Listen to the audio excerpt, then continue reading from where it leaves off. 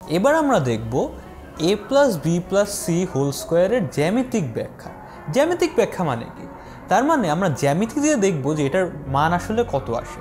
দেখো, আমরা তিনটা লাইন নিই, একটা হলো এ, এই লাইনটা হলো বি, আর এই লাইনটা হলো সি। সমান সমান আরও তিনটা নিব, এ বি সি নিলাম। এই দুইটাকে গুণ করব আমরা। গুণ করলে এরকম একটা জিনিস পাওয়া যাবে, এরকম একটা বাক্স পাওয়া যাবে। সেই বাক্সের ক্ষেত্রফল কত হবে সেটা থেকে আমরা বলতে পারি যে আসলে a plus B plus C whole স্কোয়ারের মান কত। দেখো, এটা মানে কি? A plus B plus c, তাহলে এইটুকু মানে বলছি আমরা a plus B plus c. আবার এইটুকু মানে কি?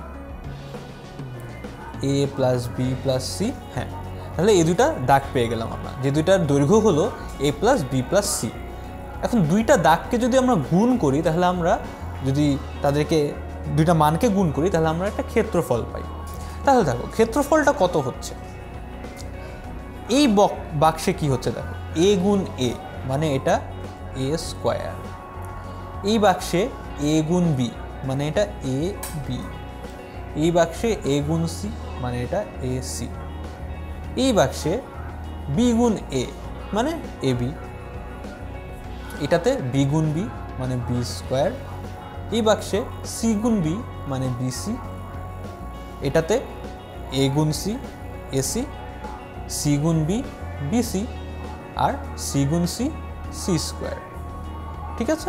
আচ্ছা, এখন যদি আমরা এই ক্ষেত্রফলগুলোকে যোগ করি, তাহলে আমরা a plus B plus c গুণ a plus B plus c মানে a plus B plus C whole square পেয়ে যাব। তাহলে দেখো কি হচ্ছে, a plus B plus C whole square সমান সমান এই প্রত্যেকটা বাক্সের ক্ষেত্রফল a square plus a B plus bc plus a B plus B square plus bc plus ac plus bc plus C square. সবগুলো হয়ে গিয়েছে। দেখো এ স্কোয়ার এ বি, এখানে একটা বিসি চলে এসছে এক্সট্রা, দেখেছো? এখানে ভুল করে ফেলেছেন, এটা হবে এ সি। আচ্ছা, a square a b ac a b b square bc ac bc c square. এখন যদি আমরা সবগুলো যোগ করি, তাহলে দেখো কি হয়, স্কোয়ারগুলোকে আমরা একসাথে নিয়ে আসি, a square plus B square plus C square. এখন দেখো এখানে একটা এ বি আর একটা এ বি, দুইটা মিলে কি হবে? দুইটা এ বি। এখানে একটা এসি, এখানে আরেকটা এসি, দুইটা মিলে কি হবে? দুইটা এসি। একটা বিসি আর একটা বিসি, দুইটা মিলে হবে টুয়াইস বিসি।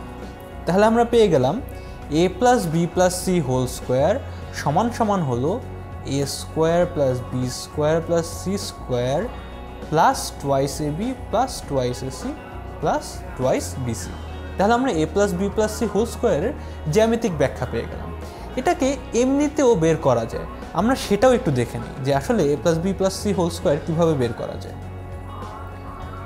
হোল স্কোয়ার সমান সমান হবে, দেখো এখানে আমরা কি করব, আমরা তো এ প্লাস বি হোল স্কোয়ারের সূত্র জানি, তাই না? এই যে দেখো, এ প্লাস বি হোল স্কোয়ার সমান কি ছিল? এ square plus twice A B plus B square. এই সূত্রটাকে আমরা ব্যবহার করব। কিভাবে ব্যবহার করব?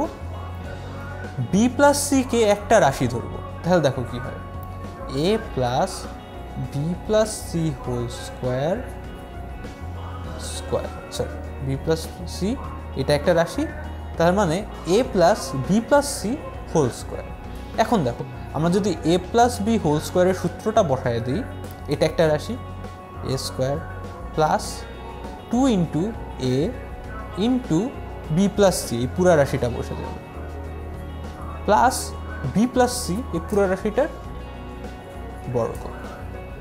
এখন যদি আমরা যোগ করি, A square plus twice A B plus twice A C plus B square, এই যেখানে আবার সূত্র বসিয়ে দিচ্ছি, B square plus twice BC plus C square.